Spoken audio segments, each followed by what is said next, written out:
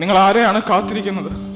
നിങ്ങൾ എന്തുകൊണ്ടാണ് ഈ വിദ്യാർത്ഥിയോട് സംസാരിക്കുന്നത് എന്ന് ചോദിച്ചപ്പോ ആ അമ്മയുടെ കണ്ണിൽ അടങ്ങാത്ത നിസ്സഹായത.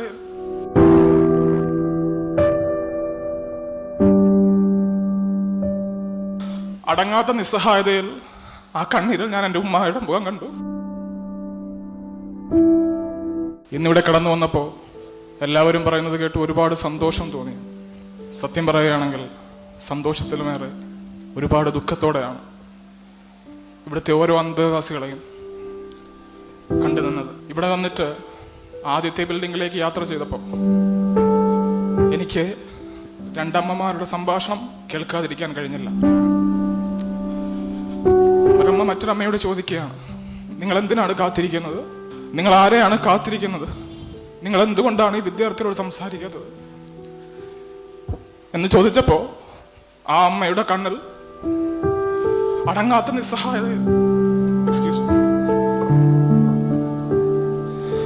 അടങ്ങാത്ത നിസ്സഹായതയിൽ ആ കണ്ണീരിൽ ഞാൻ എൻ്റെ ഉമ്മയുടെ മുഖം കണ്ടു.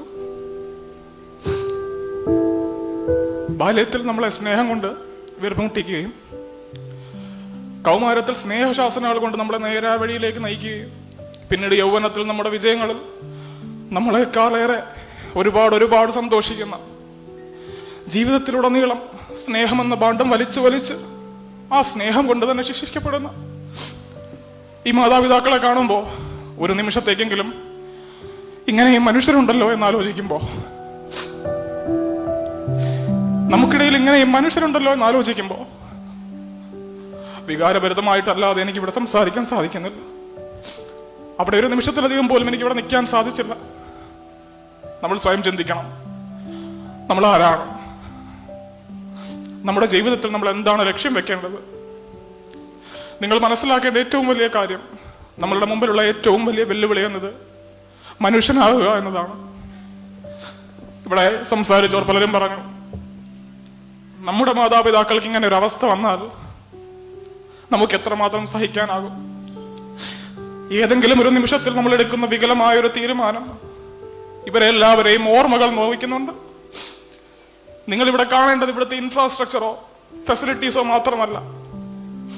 നിങ്ങൾ കാണുന്ന വ്യക്തികളുടെ ഉള്ളിൽ അവരിനിയും പ്രകടിപ്പിക്കാൻ തയ്യാറാകാത്ത,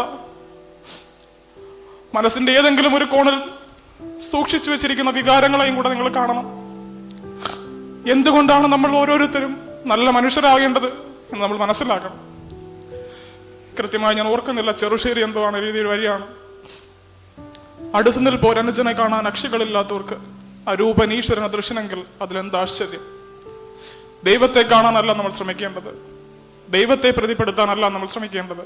നമുക്ക് ചുറ്റുമുള്ള, നമ്മളോടൊപ്പം സഹവസിക്കുന്ന നമ്മളുടെ ഓരോരുത്തരുടെയും അച്ഛനമ്മമാരെ സ്നേഹത്തോടെ സന്തോഷത്തോടെ പരിലാളിക്കാൻ നമുക്ക് ഓരോരുത്തർക്കും സാധിക്കണം. നിങ്ങൾ പ്രതിജ്ഞ ചെയ്യണം, നിങ്ങളുടെ മുമ്പിലേക്ക് വരുന്ന വിദ്യാർത്ഥികളുടെ ഒരാളിലെങ്കിലും നിങ്ങൾക്ക് മാറ്റമുണ്ടാക്കാൻ സാധിച്ചാൽ അത് വലിയൊരു മാറ്റത്തിന് കാരണമാകും. മാറ്റം കൂട്ടായ ഒരു തീരുമാനമാണ്. നമുക്കെല്ലാവർക്കും കൂട്ടായി അങ്ങനെ തീരുമാനിക്കാൻ സാധിക്കണം. നമ്മൾ ഓരോരുത്തരും മാറുന്നതിലൂടെ നമ്മുടെ സമൂഹം മാറും, രാജ്യം മാറും, ലോകം മാറും.